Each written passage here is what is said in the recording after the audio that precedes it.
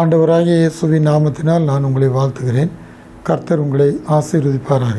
இந்த அருமையான நாளிலும் கூட 16ஆம் சங்கீதத்திலிருந்து சில வார்த்தைகளை நான் உங்களோடு கூட பகிர்ந்து கொள்ள ஆசைப்படுகிறேன். வாசிக்கிறேன், கவனமாய் கேளுங்கள். தேவனே என்னை காப்பாற்றும், உம்மை நம்பியிருக்கிறேன். என் நெஞ்சமே நீ கர்த்தரை நோக்கி, தேவரீர் என் ஆண்டவராய் இருக்கிறீர்.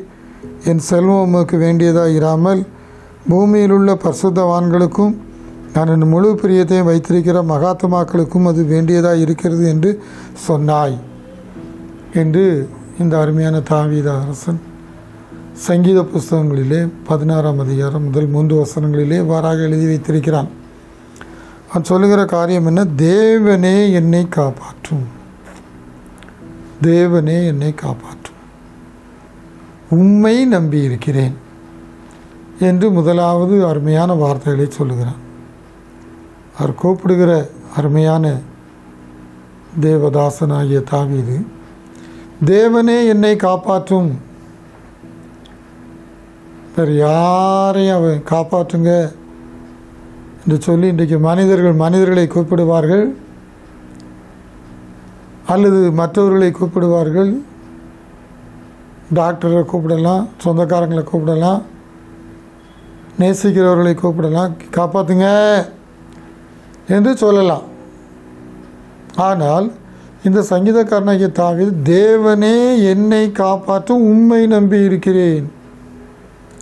இன்றைக்கு மனிதர்கள் தங்களை காப்பாற்ற சொல்லி மற்றவர்களையும் நம்பி இருக்கலாம். பொன்னையோ பொருளையோ சொத்தையோ சுகத்தையோ பணங்களையோ நம்பி என்னை அது காப்பாற்ற நான் வச்சுருக்கிறேன், என்னை பிள்ளைகள் காப்பாற்றும் நிறையா வச்சுருக்கிறாங்க, அல்லது உடன் பிறந்தவங்க என்னை காப்பாற்றுவாங்க, அம்மா அப்பா காப்பாற்றுவாங்க என்று சொல்லி எல்லாரும் மாம்சத்தில் காப்பாற்றுவதற்காக யாரையாவது ஒருவரை நாம் வைத்துக்கொள்கிறோம். அவர்கள் மீது அதிக பாசமாக இருப்போம், அவர்களோடு அடிக்கடி பேசிக்கொள்ளுவோம், அவர்களையே அப்படியே எப்பொழுதும் மனதில் நிறுத்தி கொண்டிருப்போம். அவங்க முக்கியம், அவங்க என்ன கேட்டாலும் தருவாங்க, என்ன உதவி செஞ்சாலும் தருவாங்க என்று சொல்லி இன்றைக்கு மனிதர்கள் அநேக காரியங்களின் மீது நம்பிக்கை வைத்து இருந்தாலும் கூட இந்த கடைசி காலங்களை குறித்து இந்த வேதத்தில் எழுதப்பட்டிருக்கிறதிலும் ஒரு சில காரியங்களை சங்கீதக்காரனாகிய தாவீதும் சொல்லுகிறான். தேவனே என்னை காப்பாற்றும், உம்மை நம்பி இருக்கிறேன். ஆண்டவரே என்னை காப்பாற்றும், லார்ட் சேவ் மீ, என்னை காப்பாற்றும், உம்மை நம்பி இருக்கிறேன். I trust in the only, உம்மை நம்பி இருக்கிறேன் என்று இவன் சொல்லி முதல் வார்த்தையிலேயே அவரை அழகாக சொல்கிறான். இவன் நம்புகிறதற்கு மற்றவர்களை வைத்திருந்தானா?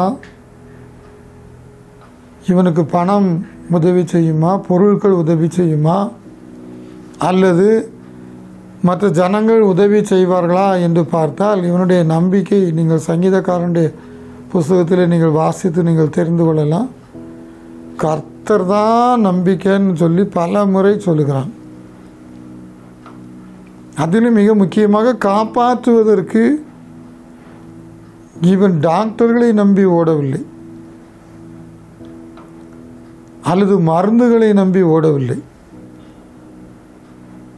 மாறாக தேவன் என்னை காப்பாற்றுவார், தேவனே எனக்கு பாதுகாப்பு, காப்பாற்றுதல், அவர் உண்மை நம்பி இருக்கிறேன்னு டைரக்டாக பேசுகிறேன். இந்த வசனம் என்ன சொல்லுது அப்படின்னு பார்த்து நீங்கள் நல்லா கவனித்து பார்த்தீங்கன்னு சொன்னால், அவன் தேவன் எங்கே இருக்கிறார்னு நினச்சி கூப்பிடுறான். அப்போ சொல்கிறான், பரலோகத்தில் இருக்கிறாரா, அல்லது முன்னால் நிற்கிறாரா, அல்லது அவரை பார்த்து பேசுகிறானா, இல்லை பாராமல் எதையாச்சும் சொல்கிறானா அப்படின்னு பார்த்தா இங்கே சொல்கிற வசனங்களை நீங்கள் நல்லா கவனித்து பார்க்கணும். நேருக்கு நேர் பேசுகிற மாதிரி பேசுகிறான். தேவனே என்னை காப்பாற்றும், உம்மை நம்பியிருக்கேன், உம்மை அப்படின்னு சொல்கிறனால நீ பக்கத்தில் அவரை வச்சு பேசுகிற மாதிரி பேசுகிறான். ஏற்கனவே பல இடங்களில் எழுதி வைத்திருக்கிறான். கர்த்தரை எனக்கு முன்பதாக நிறுத்தி நோக்கி கொண்டிருக்கிறேன் அப்படின்னு சொல்லி அவர் அப்படியே முன்னால் நிறுத்தி அப்படியே பேசுகிறேன் அப்படின்னு சொல்லி ஒரு வசனத்தில் எழுதி வச்சுருக்கான். இவனுடைய பேச்சு எங்கிருந்து வருகிறது? இன்றைய உள்ளத்தின் ஆழத்திலிருந்து வருகிறது. யாரை பார்த்து பேசுகிறான்? கண்டு பேசுகிறானா, காணாமல் பேசுகிறானா என்று பார்த்தால் நிறுத்தி நோக்கி இருக்கிறேன் என்று சொல்கிறான். அவரை முன்னால் நிப்பாட்டி வச்சுருக்கேன் அப்படின்னு சொல்கிறேன். இப்போ உங்கள் முன்னால் உங்கள் பிள்ளைகள் வரும்போது பேசலாம், கணவனோ மனைவியோ வரும்போது பேசலாம், உறவினர்கள் வரும்பொழுது பேசலாம். ஆனால் இவன் என்ன சொல்கிறான்? அப்படியே நேருக்கு நேர் பேசுகிறான். உண்மை நம்பி இருக்கிறேன். இன்றைக்கு மனிதர்களுடைய நம்பிக்கை ஆண்டவர் மீது முழுவதும் இல்லாமல் அநேக காரியங்களின் மீதும் வீணான மனுஷர்கள் மீதும் இருக்கிறது. அதை எங்கு பார்த்தாலும் நீங்கள் அறிந்து கொள்ளலாம். நடைமுறை வாழ்க்கையிலே நீங்கள் பாருங்கள், எங்கு நோக்கினாலும் உங்களுக்கு தெரியும். சில ஒவ்வொரு மனுஷரும் யாரை நம்பிட்டு ஓடுறாங்க, எதையெல்லாம் நம்பியிருக்கிறாங்க? சீட்டு போட்டிருப்பாங்க, சீட்டையே நம்பிக்கிட்டு இருப்பாங்க. சீட்டு போட்ட மனுஷன் பணம் தருமான்னு நம்பிக்கிட்டு இருப்பாங்க. ஒவ்வொருத்தரும் ஒவ்வொரு காரியத்தில் அவங்களுக்கு நம்பிக்கை இருக்குது. அந்த நம்பிக்கையினால் அது உண்மையாய் அந்த நம்பிக்கை முடியுமா அல்லது தீமையாய் முடியுமா என்பது மனுபுத்திரருக்கு தெரியாது. தெரியாத வண்ணமாகத்தான் இன்றைக்கு எல்லாரும் ஏதோ தன் மனம் எதை நம்புகிறதோ அதை நம்பி ஓடி அந்த ஓட்டத்திலே 100க்கு 90 பேர் மோசம் போகிறார்கள். வீணாய் எல்லாவற்றையும் இழந்து போகிறார்கள். அப்போ நம்பிக்கை என்பது வர வர வர வர அநேகருடைய வாழ்க்கையிலே அது நஷ்டத்தை கொண்டு வருகிறது. நம்பிக்கை கஷ்டத்தை கொண்டு வருகிறது. அவர்களால் என்ன செய்வது என்றே தெரியவில்லை. கடைசியில் ஐயோ என் நம்பிக்கையெல்லாம் மற்று போய்விட்டதே, நான் நம்பின மனுஷரெல்லாம் கைவிட்டு விட்டார்களே, நான் நம்பின உறவுகள் எங்கே போய்விட்டது, நான் நம்பின இனத்தார் எங்கே போய்விட்டார்கள், நான் நம்பினவர்கள் யாவரும் என்னை கைவிட்டார்களே, என்ன செய்வது என்று சொல்லி வாழ்க்கையிலே புலம்ப ஆரம்பித்து வாழ்க்கையிலே தங்களுக்கு தாங்களே நஷ்டத்தை ஏற்படுத்தி கொள்கிறார்கள். என்னை கேட்கிற அருமையான சகோதரனே, அருமையான சகோதரியே, நீங்கள் இயேசு கிறிஸ்துவை முழுமையாக நம்பினால் சங்கீதக்காரனாகிய தாவீதைப் போல அவரை நிறுத்தி அவருக்கு முன்பதாக நீங்கள் அப்படியே ஒரு அப்பாவிடம் பேசுகிறது போல எல்லாவற்றையும் நீங்கள் பேச ஆரம்பித்தால் என்ன நடக்கும் தெரியுமா? காப்பாற்றுகிற கர்த்தர், தேவனே என்னை காப்பாற்றும், நான் உண்மை நம்பியிருக்கிறேன், உண்மை நம்பியிருக்கிறேன் என்று இவன் சொல்லுகிறபடியினால் தேவன் அதை கேட்டு இவர் என்ன நினைப்பார்? கொஞ்சம் யோசித்து பாருங்க. மனுஷங்க ஆசையினால சரி நான் காப்பாற்றுறேன், என்னைய நம்பிட்ட, அதனால் நான் காப்பாற்றுவேன் என்று சொல்லுவார்கள். அது இயலாமல் போகும். காப்பாற்றுவேன்கிற முழு மனப்பான்மையில் இருந்தாலும் சில சமயங்களிலே அது இயலாமல் போய்விடுகிறது. ஆனால் தேவன் இப்படிப்பட்ட வார்த்தைகளை கேட்கும் பொழுது அவர் என்ன நினைக்கிறார்? இந்த மனுஷன் தாவீது தேவனே என்னை காப்பாற்றும் என்று சொல்லி உண்மை நம்பியிருக்கிறேன் என்று சொல்லிவிட்டார். இவர் யார்? நான் நம்பியிருக்கிறவர் யார்? நான் நம்பியிருக்கிற ஆண்டவர் சர்வ வல்லமை உள்ள தேவன். நான் நம்பியிருக்கிற ஆண்டவர் மகா பெரியவர். நான் நம்பியிருக்கிற ஆண்டவர் அன்புள்ள தேவன். நான் நம்பியிருக்கிற ஆண்டவர் என்னுடைய தகப்பன். ஆவிக்குரிய வாழ்விலும் பூமிக்குரிய வாழ்விலும் முதன்மையாய் காணப்பட வேண்டியது இந்த தேவாதி தேவனே. அவருக்கு எவ்வளோ சந்தோஷமாக இருக்கும். ஒரு மனிதன் அவரை பார்த்து இப்படி சொல்ல ஆரம்பித்தால் அவருக்கு எல்லாம் செய்ய முடியுங்கும்போது அவர் அவன் மேலே சந்தோஷப்பட்டு எல்லாம் செய்ய வல்லவராகிய என்னை நோக்கி பார்த்து அருமையாய் பேசுகிறான். ஆதலால் இவனுடைய நம்பிக்கை பரிபூர்ணமாய் நாம் விளங்க பண்ண வேண்டும், அதை செயல்படுத்த வேண்டும் என்று சொல்லி தேவனுடன் பிரியம் வைக்கிறதுனால் கூடுதலான நன்மைகள் மனிதர்களுக்கு ஜனங்களுக்கு உண்டாகிறது.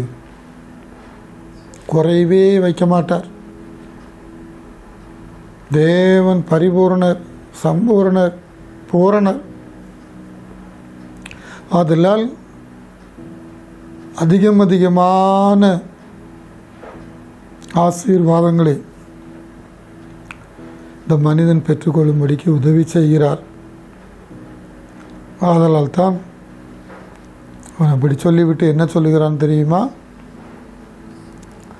என் நெஞ்சமே நீ கர்த்தரை நோக்கி தேவரீர் என் ஆண்டவராய் இருக்கிறீர், என் செல்வம் உமக்கு வேண்டியதாய் இராமல். சொல்கிறான், என் நெஞ்சமே என்று சொல்லி சந்தோஷமாக சொல்கிறான். நீ கர்த்தரை நோக்கி, நெஞ்சே பார், நீ கர்த்தரை நோக்கி என்ன சொல்லணும், செய்யணும்? தேவரீர் என் ஆண்டவராய் இருக்கிறீர். நெஞ்சு கர்த்தரை பார்த்து சொல்லணுமா? உங்கள் நெஞ்சு ஆண்டவரை பார்த்து சொல்லணும், தேவரீர் என் ஆண்டவராய் இருக்கிறீர், என் ஆண்டவராய், என் செல்வம் உமக்கு வேண்டியதாயிராமல். தேவரீர் தான் என் ஆண்டவர், ரைட்டு. என் செல்வம் உமக்கு வேண்டியதாயிராமல் அப்படின்னு என்ன சொல்லணும்னு சொல்கிறாப்புல. ஆண்டவரே, என் செல்வமே இந்த பூமியில் நிறையா இருக்குது. ஏகப்பட்ட சொத்து, ஏகப்பட்ட சுகம், ஏகப்பட்ட பணம், ஏகப்பட்ட பொண்ணு, ஏகப்பட்ட பொருட்கள், எல்லா சம்பத்தையும் நிறைவாய் கொடுத்திருக்கிறீர். ஆனால் என் செல்வம் உமக்கு வேண்டியதாக இராமல், தேவரீர் என் ஆண்டவராக இருக்கிறபடியினால் என் செல்வம் உமக்கு வேண்டியதாக இராமல் பூமியில் உள்ள பரிசுத்தவான்களுக்கும் நான் என் முழு பிரியத்தையும் வைத்திருக்கிற மகாத்மாக்களுக்கும் அது வேண்டியதாக இருக்கிறது என்று சொன்னாய் என்று எழுதப்பட்டிருக்கிறது. நெஞ்சம் ஆண்டவரை பார்த்து சொல்லலாம், என் செல்வம் உமக்கு வேண்டாம் ஐயா, நீர் என்ன ஆண்டவர் என்று சொல்லி நெஞ்சு சொல்லுகிறது, இருதயம் சொல்லுகிறது. உங்கள் இருதயமும் அப்படித்தான் சொல்ல வேண்டும். என் செல்வம் உமக்கு வேண்டியது பூமியில் உள்ள பரிசுத்தவான்களுக்கும் மகாத்மாக்களுக்கும் என்று எழுதப்பட்டிருக்கிறது. பரிசுத்தவான்கள், இயேசுவை ஏற்றுக்கொண்டவர்கள், தேவனுடைய ரட்சிப்பை பெற்றவர்கள், தேவனுடைய அபிஷேகத்தை பெற்றவர்கள், தேவனுடைய ஆவியினால் பரிசுத்த பாதையிலே நடத்தப்படுகிறவர்கள், ஆவியானவரின் ஆளுகைக்கு உட்பட்டவர்கள், தேவனுடைய புத்திரராய் காணப்படுகிறவர்கள், தேவனுக்கு பிரியமானவர்கள், அவரோடு கூட நடக்கிறவர்கள், இவர்களுக்குத்தான் என் செல்வம் வேண்டும் என்று சங்கீதக்காரனையே தாவீது தான் இருதயத்தை பற்றி, இருதயமே நீயே மேலே பார்த்து சொல்லிடு, அவர்கிட்ட ஆண்டவரை பார்த்து சொல்லிடு. அவன் இருதயத்தை தனியாக வைத்து பார்க்கிறான், தன்னை தனியாக வைத்து பார்க்கிறான். பார்க்கும்போது இருதயமே நீ இப்படி சொல்லிடு, செல்வம் உமக்கு வேண்டாம், நீர் பெரிய செல்வந்தர். ஆண்டவரை பற்றி அவனுக்கு தெரியும். அது எழுதி வச்சிருக்கிறான் ஏற்கனவே. ஆண்டவர் எப்படிப்பட்ட செல்வத்தை உடையவர்! அண்ட சராசரங்களையும் அகிலத்தையும் பூமியும் படைத்த கர்த்தர் எவ்வளோ பெரிய பணக்காரர்! இந்த பூமியில் உள்ள எந்த மனுஷனுடைய சொத்து சுகமோ அவருக்குரியதில் ஈடு இணை ஆகவே முடியாது. படைத்ததெல்லாம் அவருக்குள்ளே தான் நம்ம சும்மா எழுதி வச்சுக்கிட்டு இருக்கிறோம். சொந்தக்காரர் அவர் தான். பூமியில் உள்ள கவர்மெண்டெல்லாம் இந்த நிலங்களுக்கு சொந்தக்காரங்க கிடையாது. தேவன் யார் உண்மையான தேவன் என்று சொல்லி கண்டுபிடிக்கிறார்களோ, உண்மையான தேவன் என்று சொல்லி தேவனை கூப்பிட்டு சங்கீதக்காரனை போல, நேர் பார ஆண்டவரே, எல்லாத்துக்கும் சொந்தக்காரர் நீர், இந்த செல்வம் உமக்கு வேணுமா, அதை அனுபவிக்கிறேன், வச்சிருக்கிறேன், நான் அனுபவிக்கிறேன், ஆனால் அது உமக்கு வேணுமான்னு சொன்னால் அது யாருக்கு வேணும்? நான் அனுபவித்தாலும் இங்கே யாருக்கு கொடுக்கணும் அதிகமாக அப்படின்னு பார்த்து பரிசுத்தவான்கள் இயேசு கிறிஸ்துவனுடைய இரத்தத்தினால் கழுவப்பட்டவர்கள் பரிசுத்தவான்கள். ஆண்டவர் மேலேருந்து பார்க்கும்போது அதான் பார்க்குறார். Whoever is washed by the blood of Jesus Christ is a holy person. அவங்க தான் பரிசுத்தவான். அப்படியே இந்த பரிசுத்த வேதாகமத்தின்படி நடக்கிறவங்க, வேதத்தை தினமும் வாசித்து, வேதத்தை தினமும் தியானித்து, வேதத்தை தினமும் காதுகளினால் கேட்டு, அந்த வசனங்களின்படி செல்லுகிறவர்கள், இருபுறமும் கருக்குள்ள பட்டயத்தை கையில் வைத்திருக்கிறவர்கள் பரிசுத்தவான்கள் என்று வேதம் சொல்லுகிறது. இதே சங்கீத புஸ்தகத்திலும் எழுதப்பட்டிருக்கிறது. அவர்கள் வாயில் இருபுறமும் கருக்குள்ள பட்டயமும் அவர்கள் கையில், வாயில் வேத வசனங்கள் இருக்கிறது, கையில் வேத வசனங்கள் இருக்கிறது என்பதற்கு ஆதாரமாக அருமையாக சங்கீதக்காரனாகிய தாவீது அதை சொல்லுகிறான். அப்படி இருக்க தேவனுடைய பரிசுத்தவான்கள் அவர்களுக்கு என்ன தேவை காணப்படுகிறது? அவர்கள் இந்த பூமியிலே ஒருவேளை குறைவற்றிருந்தாலும் அல்லது குறைவுகளோடு கூட இருந்தாலும் கூட இந்த வசனம் சொல்லுகிற அருமையான காரியத்திற்கு ஈடு இணை ஆகவே முடியாது. ஏனென்றால் வேதம் ஒருவரை உயர்த்துகிற வண்ணத்தை பார்க்கும் பொழுது அது தேவனால் நியமிக்கப்பட்டு, தேவன் அவர்கள் வழிகளை பார்த்து, அவர்கள் கிரியைகளை பார்த்து, அவர்கள் செயல்களை பார்த்து அவர்களை உயர்த்துகிறார். மற்றவர்கள் அதற்கு உடன்பாடு இல்லாமல் அதற்குள்ளே செல்ல முடியாது. ஆதலால் இந்த வசனங்கள் பரிபூர்ணமாய் சொல்லுகிற சில காரியங்கள், நன்மையான சில காரியங்கள், நாம் கண்டிப்பாய் அவைகளை கருத்தாய் ஆராய்ந்து பார்த்து அவைகளை நாம் கைக்கொள்ள வேண்டும். தேவன் பெரிய பெரிய காரியங்களை போய் செய்துவிட்டு வா மகனே மகளே என்று சொல்லி அவர் அப்படி கூப்பிட்டு அழைக்கிறது இல்லை. அவர் சொல்லுகிற சிறிய காரியங்கள் தான். சிறிய காரியங்கள் என்று சொன்னால் எப்படிப்பட்ட காரியங்கள்? வசனங்களிலே பார்க்கும் பொழுது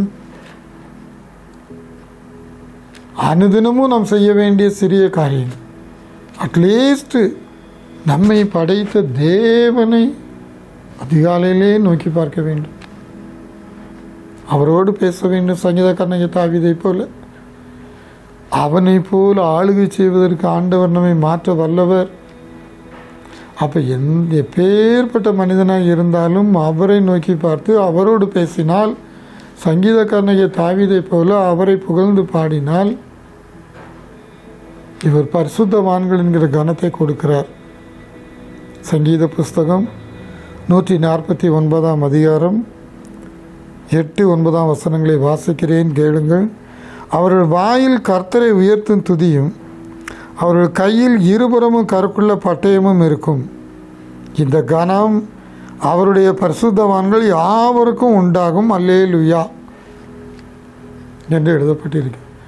வாயில கர்த்தரை உயர்த்தும் துதி, கையில் இருபுறமும் கருக்குள்ள பட்டை. இது இருந்தால் இந்த அருமையான வேதத்தில் எழுதப்பட்டிருக்கிற வண்ணமாகவே அவர்கள் பரிசுத்தவான்கள் என்கிற கணத்தை கொடுக்கிறது. இன்றைக்கு மனிதர்கள் கண்களுக்கு யார் பரிசுத்தவான் என்று காணப்படாதபடிக்கு ஜனங்கள் செயலிலே ஈடுபட்டு கொண்டிருக்கிறார்கள். சிந்தனையிலும் வேறு விதமாய் செயல்படுகிறார்கள். கண்டுபிடிப்பது கஷ்டம். பரிசுத்தவான் யார்? Who is a holy person? யார் பரிசுத்தவான் என்று கண்டுபிடிக்க ஆரம்பித்தால் அது மிகவும் சங்கடம், கஷ்டமான ஒன்று. ஆண்டவருடைய ஆவியானவர், தீர்க்க தரிசன ஆவியானவர் ஒருவேளை இருந்து அவர் சொன்னால் அது 100க்கு 100 உண்மையாக இருக்கும், கண்டுகொள்ளலாம், இல்லை என்று சொல்லவில்லை. ஆவியானவர் அறிவிக்கிறவர், சகலத்தையும் குறித்து அறிவிக்கிறவர், சகல ரகசியங்களையும் சொல்லுகிறவர். ஆனால் மனித கண்களினாலே, மனித மூளையினாலே, மனித இருதயத்தினாலோ ஒருவரை ஒருவர் கண்டுபிடிக்கவே முடியாது. அதில் தேவன் கொடுக்கிற இந்த அருமையான பெயர்கள் நமக்கு வேண்டும் என்று சொன்னால் நாம் என்ன செய்ய வேண்டும்? அதில் எழுதப்பட்டிருக்கிற காரியங்களை நம்முடைய வாழ்க்கையிலே செயல்படுத்த வேண்டும். இன்றைக்கு செயல்படுத்தும் கிறிஸ்தவர்கள் தான் மிக குறைவு, செயல்படுத்தாத கிறிஸ்தவர்கள் தான் மிகவும் அதிகம். அவர் சொல்லுகிற காரியம் பெரிய காரியங்களை ஒன்றும் அவர் சொல்லவில்லை, சின்ன காரியங்களை தான் அவர் சொல்கிறார், லகுவான காரியங்களை தான் அவர் சொல்கிறார். என்ன லகுவான காரியம்? வாயில் கர்த்தரை உயர்த்தும் துதி இருக்கணும் எப்பொழுதும். சங்கீதக்காரனாகிய தாவீதை போல ஆண்டவரை உயர்த்தணும். உங்களை படைத்த, உன்னை படைத்த தேவனை உயர்த்தணும். உங்கள் வாயினால், துதியினால் உயர்த்த வேண்டும். அது எவ்வளோ ஈஸியான காரியம். ஆண்டவரே நீர் நல்லவர், உமக்கு ஸ்தோத்திரம். ஆண்டவரே நீர் பெரியவர், உமக்கு ஸ்தோத்திரம் அப்படின்னு சொல்லி அவரை உயர்த்தணும். எத்தனையோ நாமங்கள் கொடுக்கப்பட்டிருக்கிறது. அப்போ இந்த நாமங்களை அறிந்து கொண்டு அப்படியே ஆண்டவரை நாம் உயர்த்த ஆரம்பித்தால் அது ஆட்டோமேட்டிக்காக நம்முடைய வாழ்க்கையிலே துதி ஸ்தோத்திரம் சேர்ந்து கொள்ளும்.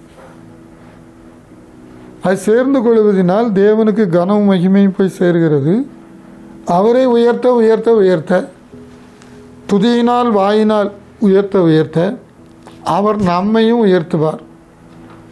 இந்த பூமியில் உள்ள ஆசீர்வாதங்களையும் கொடுத்து உயர்த்துவார், வானத்துக்குரிய ஆசீர்வாதங்களையும் கொடுத்து உயர்த்துவார். கடைசியிலே எங்கும் நன்மை, எதிலும் நன்மை, எங்கும் ஜெயம், எதிலும் ஜெயம், எங்கும் ஆசீர்வாதம், எல்லாவற்றிலும் ஆசீர்வாதம், குறைவு இல்லை. ஆண்டவர் எத்தனை ஜனங்களை குறைவில்லாமல் வழிநடத்தி கொண்டு வந்தார். ஆதியாகம புஸ்தகத்திலேயே ராஜாக்கள் இருக்கிறார்கள். எத்தனை பேரை ஆண்டவர் உயர்த்தினார். அவர் சிறியவனை பொழுதிலிருந்து எடுத்து ராஜாக்கள் மத்தியில் கொண்டு உட்கார வைக்கிறார் என்று எழுதப்பட்டிருக்கிறது. உட்கார வைத்தார், பெரிய பெரிய காரியங்களை செய்கிறார், எண்ணி முடியாத அற்புதங்களை செய்கிறார், அதிசயங்களை செய்கிறார். அப்போ இவருக்குள்ளாக நாம் தீர்மானித்து கொள்ள வேண்டிய காரியங்கள் என்ன? எப்பொழுது அவர் இப்படி உயர்த்துவார்? எப்பொழுது நம்மை பரிசுத்தமாக்குவார்? பரிசுத்தவானாய் எப்பொழுது நாம் மாறுகிறோம் என்பதை முழுமையாக சொல்லும்போது இந்த நெஞ்சு இருதயத்திலே தாவீது சொல்லுகிற வண்ணமாகவே செல்வம் உமக்கு வேண்டியதாக இராமல்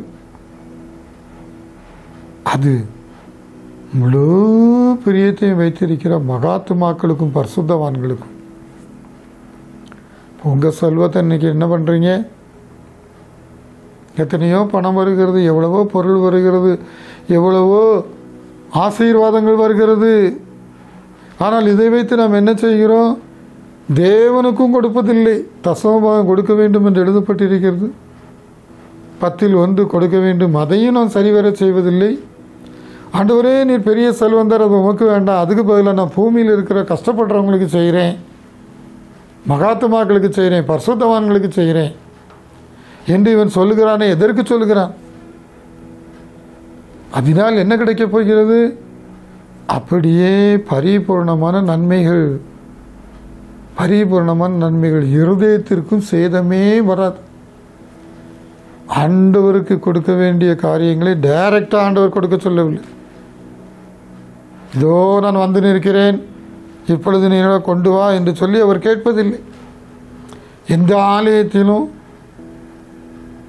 அவர் நேரடியாக வந்து நின்று இப்பொழுது கொண்டு வந்து என் முன்னால் வை, தட்டில் பணத்தெல்லாம் பெட்டியில் கொண்டாந்து வை இன்னும் சொல்ல அவர் சொல்ல போவதில்லை. ஆனால் நீங்கள் கஷ்டப்படுகிற பரிசுத்தவான்களுக்கு, கஷ்டப்படுகிற மகாத்மாக்களுக்கு, ஆத்துமாக்களை அநேகரை சேர்க்கிறவர்களுக்கு, மகா ஆத்துமான்னா என்ன அர்த்தம்? இந்த ஆத்துமாவில் ரொம்ப தயான குணம் இருக்கும். அப்படியே அநேக ஆத்துமாக்களை இழுத்து கொள்ள வேண்டும், அநேக ஆத்துமாக்களுக்காக கண்ணீர் விட்டு அழ வேண்டும், ஜெபிக்க வேண்டும், அவர்களை கொண்டு வர வேண்டும். அப்படிப்பட்டவர்களுக்கு தான் இது தேவை. பணம் அவர்களுக்கு தான் தேவை. எனக்கு இதை கேட்கிற அருமையான என் சகோதரனே, சகோதரியே, இன்றிலிருந்து ஆண்டவரே, என் செல்வத்தை பரிசுத்தவான்களுக்கு கொடுக்கிறேன், ஆத்துமாக்கள் மீது கர்சனையாக இருக்கிற ஜனங்களுக்கு நான் கொடுக்கிறேன், பணக்காரர்களுக்கு அல்ல. ஆண்டவரே, எளியவர்களுக்கு, பரிசுத்தவான்களுக்கு நான் கொடுக்கிறேன் என்று சொல்லி அவரை நோக்கி பார்த்தாள். கர்த்தர் ஆசீர்வதிப்பாராக. யாவொரு கண்களை மூடி கர்த்தரை நோக்கி பார்ப்போம். எங்கள் அன்பின் பரலோக பிதாவே, இந்த வேலைக்காக நான் நம்மை துதிக்கிறேன், நம்மை ஸ்தோத்தரிக்கிறேன். ஆண்டவரே, இதோ உம்முடைய வார்த்தையை உம்முடைய ஜனங்களுக்கு நான் பகிர்ந்து கொடுத்தேன். ஆண்டவரே, நீர் கண்ணோக்கி பார்ப்பீராக, பலன்கள் இறங்கும்படிக்காக நான் செபிக்கிறேன். இதனை கேட்டுக்கொண்டிருக்கிற அருமையான சகோதரனே, சகோதரியே, இன்று முதல் இந்த வேத வசனத்தை நிமித்தமாக ஆண்டவரையே நோக்கி பிடித்து கொண்டு, கர்த்தர் எனக்கு உதவி செய்கிறவர், காப்பாற்றுகிறவர், என் நெஞ்சமே என்று சொல்லி நெஞ்சத்தை பேசவிட்டு இருக்கிற செல்வமெல்லாம் ஆண்டவரே பரிசுத்தவான்களுக்கு, கஷ்டப்படுகிற உபத்திரப்படுகிற பரிசுத்தவான்களுக்கும் மகாத்துமாக்களுக்கும் ஆத்துமாக்களை ஆண்டவரே விரும்பி அதற்காக ஜெபிக்கிற உழைக்கிற பிள்ளைகளுக்கு தேவை என்பதை அறிந்து இந்த வேத வாக்கியத்தில் எழுதப்பட்டிருக்கிறதே. நான் இதனை ஏற்றுக்கொள்கிறேன் ஆண்டவரே, இன்று முதல் இதனை ஏற்றுக்கொண்டு நான் செயல்படுத்துகிறேன். ஆதலால் இனி எனக்கும் எந்த குறையும் வரப்போவதில்லை. தேவரீர் என்னை காப்பாற்றுகிறவர், என் ஆண்டவராக இருக்கிறீர். அப்படியே என்னுடைய குடும்பத்தாருக்கும் பிள்ளைகளுக்கும் உற்றார் உறவினருக்கும் எந்த குறையும் வரப்போவதில்லை. நெஞ்சை தனியாக உம்மோடு கூட பேசவிட்டு இந்த நெஞ்சிற்குள்ள எந்த விதமான வாதையும், எந்த விதமான வேதனைகளும் வலிகளும் சோதனைகளும் வராதபடிக்கு காத்து கொள்ளுகிறபடியினால் ஆண்டவரே, இன்று முதல் அந்த வார்த்தைகளுக்கு நான் கீழ்ப்படிந்து இந்த வசனத்தின்படியே நான் ஆண்டவரே உம்முடைய பாதத்திலே என்னை அர்ப்பணிக்கிறேன், இந்த குடும்பத்தாரை அர்ப்பணிக்கிறேன். நீர் எங்களை காப்பாற்றுவீராக, நீர் எங்களை பரிசுத்தமாக்குவீராக. ஆண்டவரே, நீர் எங்களை பரலோகத்தின் பிள்ளையை மாற்றி இந்த வசனங்களை கை கொண்டு ஆண்டவரே உம்முடைய நாமத்திற்கு மகிமையாய் ஜீவிக்கும்படிக்கு நீர் எங்களுக்கு அனுகிரகம் பண்ணும் என்று கேட்கிற ஒவ்வொருவருக்கும் தேவனாய கர்த்தர் இறங்குவாராக. என் சகோதரனே, சகோதரியே, அப்படியே இப்பொழுது ஜெபிக்கிற உங்கள் யாவர் மீதும் கர்த்தரின் கரமானது இறங்கி வருகிறது, உங்களை காப்பாற்றுகிறது. அவரே நானே காப்பாற்றுவேன் என்று சொல்லி வாக்கு கொடுக்கிறார். இனி பயமில்லை, இனி திகையாதே, கலங்காதே, நான் உன் தேவன் என்று சொல்கிறவர், நானே உன்னை காப்பாற்றுவேன் என்று சொல்கிறபடியினால் உமக்கு கொடாக்கோடி ஸ்தோத்திரம். காப்பாற்றுகிறது மாத்திரமல்ல, தேவன் கூடவே இருந்து அப்படியே இருதயத்தை நீங்கள் அவருக்கு முழுமையாக கொடுப்பதினால் பரிபூர்ணமாக இருதய நோய்கள் வராதபடிக்கு பாதுகாக்கிறார். அப்படிப்பட்ட வல்லமை இறங்குகிறது. இப்பொழுதே இவர்களை ஆட்கொள்ளுவதாக எல்லா விதமான இருதய நோய்களுக்கும் பலவீனங்களுக்கும் இவர்களை விடுதலையாக்கி காக்கும்படிக்காக ஜெபிக்கிறேன். காய்க்கிற கர்த்தர் சர்வ வல்லமை உள்ளவர். இவர்கள் வியாதிகளை விலக்கி போடுகிறேன். இப்பொழுது வியாதிகள் விலகுவதாக, பலவீனங்கள் விலகுவதாக, எல்லா விதமான குழப்பங்களையும் மாற்றி போடுகிறேன். இவர்களை வாழ்க்கையிலே செழிப்பையும் ஆசீர்வாதத்தையும் கட்டளையிடுவாராக. உடைய வசனத்திற்கு கீழ்ப்படிய இன்று முதல் இவளுக்கு அனுகிரகம் பண்ணுவாராக, ஆசீர்வதிப்பாராக. இயேசுவின் நாமத்தில் பிதாவே, ஆமீன்.